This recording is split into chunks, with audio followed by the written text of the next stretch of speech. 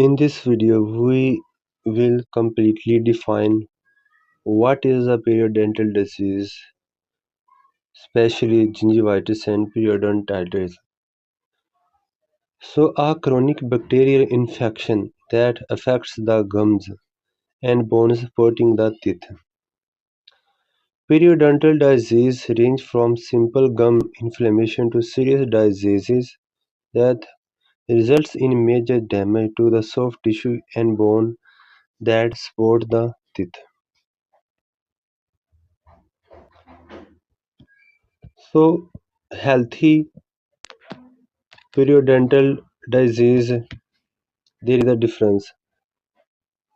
You can see left side healthy gums, healthy bone level, and right side plaque, tartar, pocket, reduced bone level. Mean you can see pocket is damaged by plaque or tartar, and bone level is very less. There is the two types of first stage of dental disease, gingivitis and periodontitis. Early stage is gingivitis, advanced stage is periodontitis. So, gingivitis early stage of disease, red, swollen, and bleeding gums, usually reversible through good oral hygiene and preventive care. Not uncommon in young adults and even youth. It is very common gingivitis because our people are very careless. So that is why this is very common. Periodontitis, advanced stage of disease. Chronic inflammatory response leading to irreversible destruction of tissues and bone that support the teeth. Treatment requires more aggressive surgical care. What causes periodontal disease?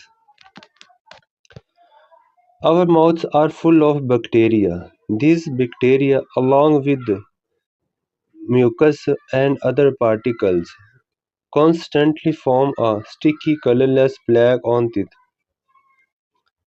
Brushing and flossing help get rid of plaque. Plaque that is not removed can harden and form tartar that brushing does not clean. Mean first step is plaque and second stage is tartar. Tartar is little bit harder from plaque. Only a professional cleaning by a dentist or dental hygienist can remove tartar. Risk factor: smoking, hormonal changes in girls, women, diabetes, other illness like diseases like cancer or AIDS, and other treatment can also negatively affect the health of gums. Genetic susceptibility. So medications.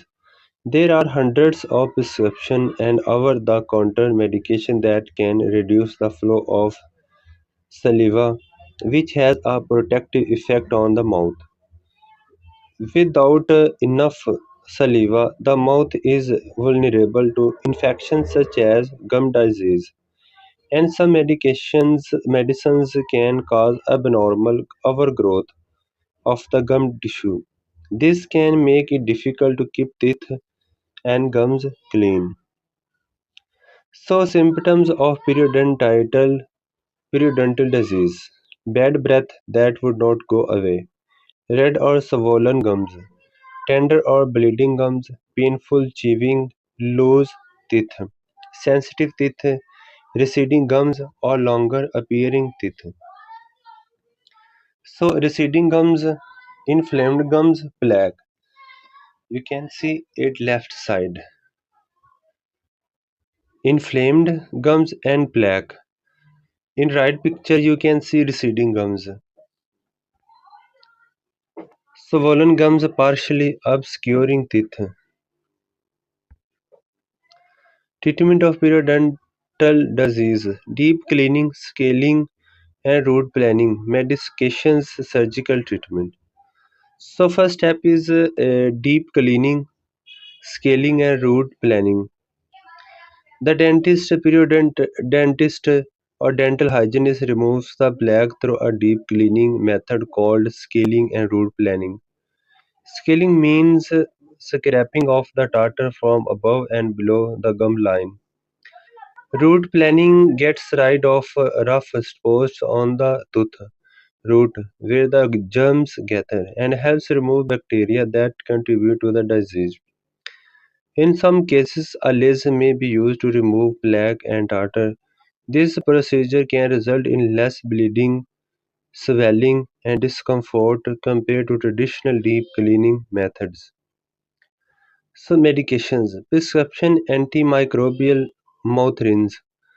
A prescription mouth rinse containing an antimicrobial called chlorhexidine to control bacteria when treating gingivitis and after gum surgery. It is used like a regular mouthwash.